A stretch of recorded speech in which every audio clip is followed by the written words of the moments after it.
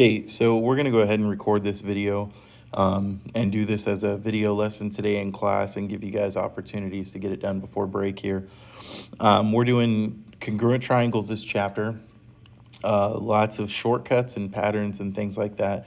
Before we get into those shortcuts and patterns, though, we need to learn different things about triangles in terms of their angle relationships and what those things mean.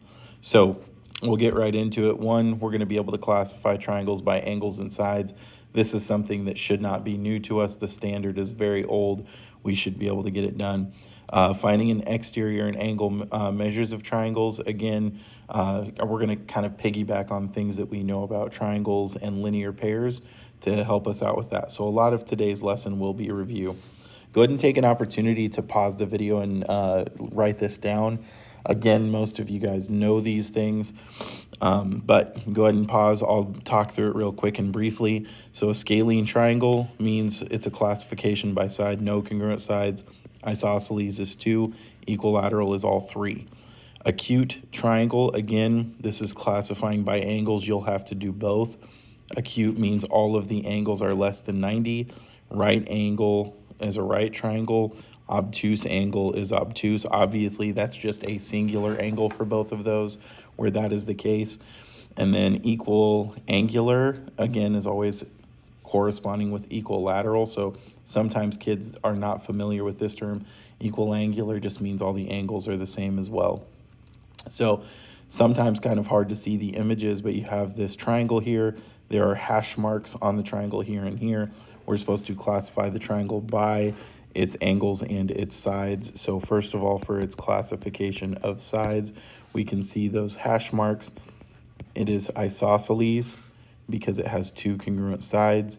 Again, pretty apparently and obviously, all of those angles are less than 90. So it's acute by angles, okay? If I classify by angles, it's acute. Should put it like that. So there you have it, okay? Draw an obtuse isosceles triangle and an acute scalene triangle. So take a minute, try and draw. Again, you don't have to have perfect straight sides, just so you know what it kind of looks like. So obtuse isosceles as best as I can. I kind of have the cheat here with the iPad. We're going to try and make those as close as we can, but again, we know that in this class, even if they're not congruent, we can put these little hash marks on, and that means they're congruent. So there's the obtuse isosceles. We marked it. We can clearly tell this angle is bigger than 90 degrees, and that's really all we need to have. Acute scalene. Again, acute, we're going to try and make sure we make all the angles appear less than 90 degrees. Okay, the other thing we want to do is we want to make sure that all the sides look different sizes. Now, again, this one almost looks right. I don't think it is. Even if it looks or appears to be that way, if there is no box here and none of these sides are marked congruent, we know that this is an acute scalene. So there's an example of each of those. Now, when we classify after graphing a triangle, we're going to try and figure out whether it's a right triangle. So you'll have some where you have to actually graph the triangle. We need to figure out whether or not it is right. Now, we have the ability to find the slope of this triangle's lines, and that is how we're going to tell if we have perpendicular lines. The only pair that we really need to worry about is PO and OQ. Okay, when I look and I count rise over run, okay, the rise over the run is -2/1. So PO has a slope of -2. Again, you can put over 1. OQ has a rise of 3 and a run of 6. So if I do that, rise over run, that simplifies down to 1/2. We know that perpendicular slopes are negative reciprocals of one another. So if I look at this one and this one, those are indeed negative reciprocals of one another. So this is a right angle. It is a right triangle there. Okay, so when you get some of these in your homework, make sure you take the extra couple seconds and check your slopes. Check your slopes.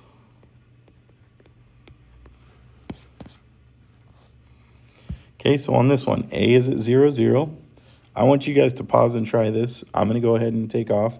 You pause. So A is at 0, 0. B is at 3, 3.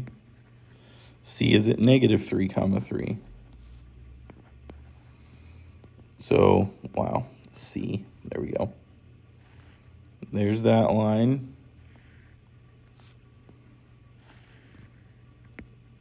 Okay. Did not do a very good job of connecting those here. There we go. So we need to determine if we have a right angle. Again, the only ones that look like they could be perpendicular are AB and AC. When I count the slope of AB, it's a rise of 3, a run of 3. So 3 over 3 is equal to 1. AC is a rise of negative 3, a run of 3, negative 3 over 3, which is equal to negative 1. Now, if I write them as fractions and I change the sign and I flip them, those are indeed negative reciprocals of each other. So yes, this is a right triangle. We're also supposed to classify the triangle by its sides. Now on this one, it's pretty easy to tell that AB and BC are going to be, or AC are going to be the same. If we are not sure, we need to do the distance formula. So on this one, we really don't need to do the distance formula for BC. We can just count. But because I'm going to be certain, I'm going to do the distance formula for AB so you can see what that looks like. So again, the distance formula is x2 minus x1 squared plus y2 minus y1. And we have to square it and take the square root of that whole thing. So if I do x1, 0 minus 3 plus 0 minus 3, we get the square root of negative 3 plus negative 3. We have to square both of those.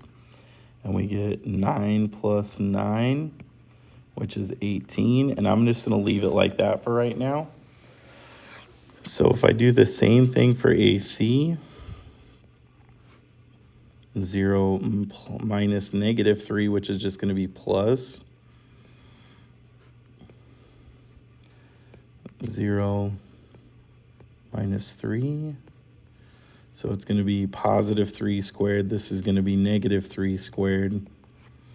And we get the square root of 18 again. So we can see there they are the same length.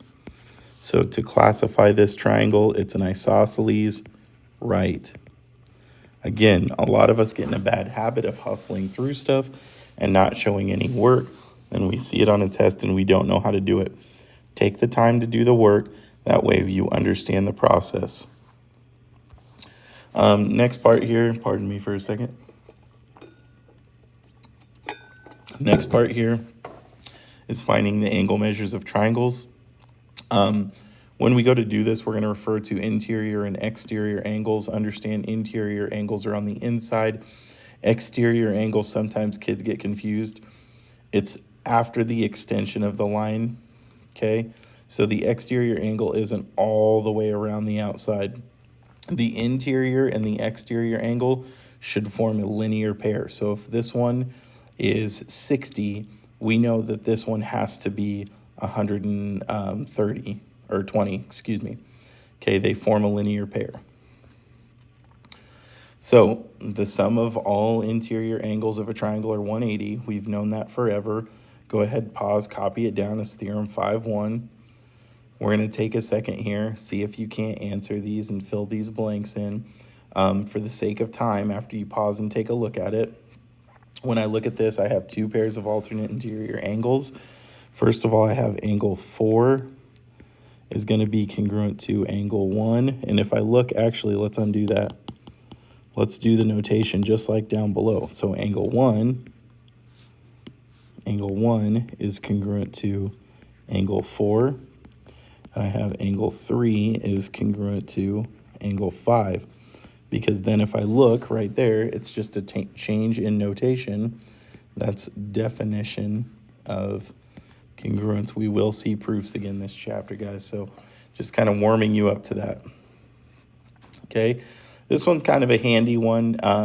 It's saying that the exterior angle will be equal to the sum of the other two angles. So this plus this should equal that over there. Okay, that is kind of a handy one to use sometimes, so keep that in mind. That's kind of a shortcut for us. So when I go to do this one with that theorem that I just wrote down, again, if you need to pause, rewind, or whatever, make sure you go ahead and do so. But that is saying that my exterior angle, 2x minus 5, should be equal to the sum of those two interior angles that are non-adjacent, or again, not touching. So if I solve this,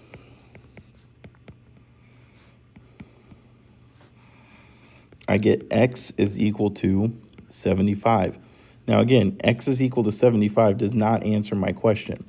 It wants the angle of JKM. So I need to plug 75 in.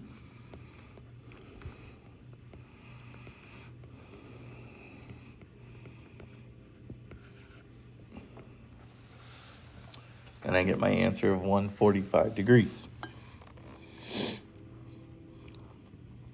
Corollary, again, this is something you can copy down in your notes, but it's something that is just kind of helping keep something in mind for us. It's saying if we know all the sum of the interior of a triangle has to be 180, well, if we have a right triangle, then the sum of the two not right angles has to be 90. Pretty straightforward, okay? So it says in the painting, the red triangle is a right triangle. The measure of one of the acute angles in the triangle is twice the measure of the other. Find each acute angle. Well, if I know one of them is twice the other, but I don't know what the other one is, I'm going to call it x. So I have 2x plus x equals 90, which is 3x is equal to 90. And I solve for x by dividing by 3.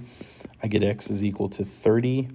And then I get my two angles, 30 and 60.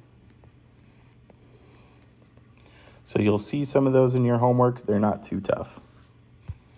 Okay, so real quick, we'll do these. Pause them. I'm going to go ahead and work them out. So 5x minus 10 equals 3x plus 40.